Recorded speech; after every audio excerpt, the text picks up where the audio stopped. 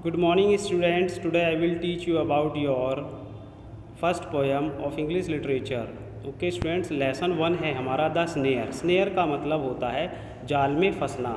इसमें पोएट है हमारा वो है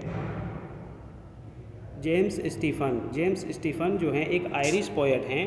वो किस तरह से अपनी वेदना को इस कविता के माध्यम से बताते हैं.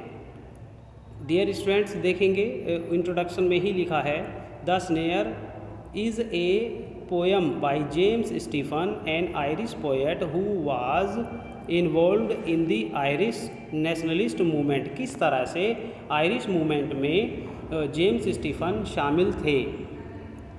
ओके स्टूडेंट्स, तो देखेंगे सबसे पहले मैं आपको इस पूरी पोएम को रीड करके आपको बता रहा हूँ और उसके बाद में मैं आपको इस पोएम की टोटल समरी बताऊँगा.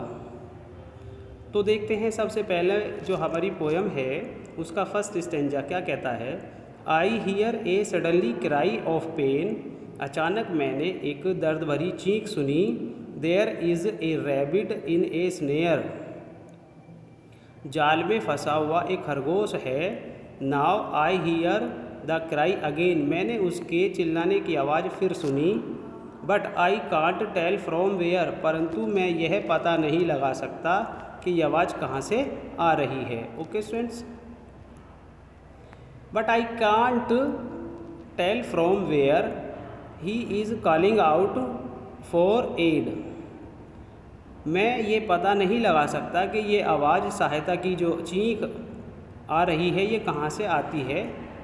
Crying on the frightened air making everything afraid. उस खरगोश की चिल्लाने की आवाज़ इतनी भयानक है.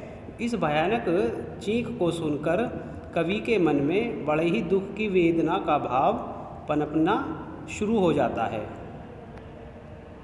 Making everything afraid wrinkling up his little face. और कवि के चेहरे पर बहुत बुरी उदासी आ जाती है. And he cries again for aid. और वह खरगोश फिर से सहायता के लिए चिल्लाता है. And I can not find the place. और मैं उस जगह को नहीं ढूंढ सकता हूँ. And I can not find the place.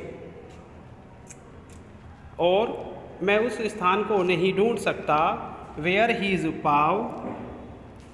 पाव का मतलब यहाँ पैर से है. Foot in his the snare. जहाँ पर उसका पैर जाल में फंसा हुआ है.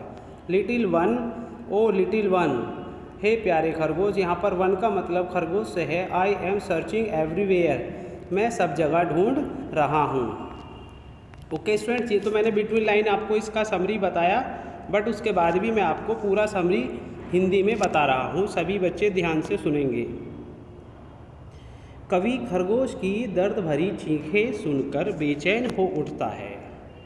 वह उस खरगोश के दर्द के प्रति इतना अधिक संवेदनशील है कि उसे ढूंढने और उसकी सहायता करने के लिए जगह जगह भटकता है.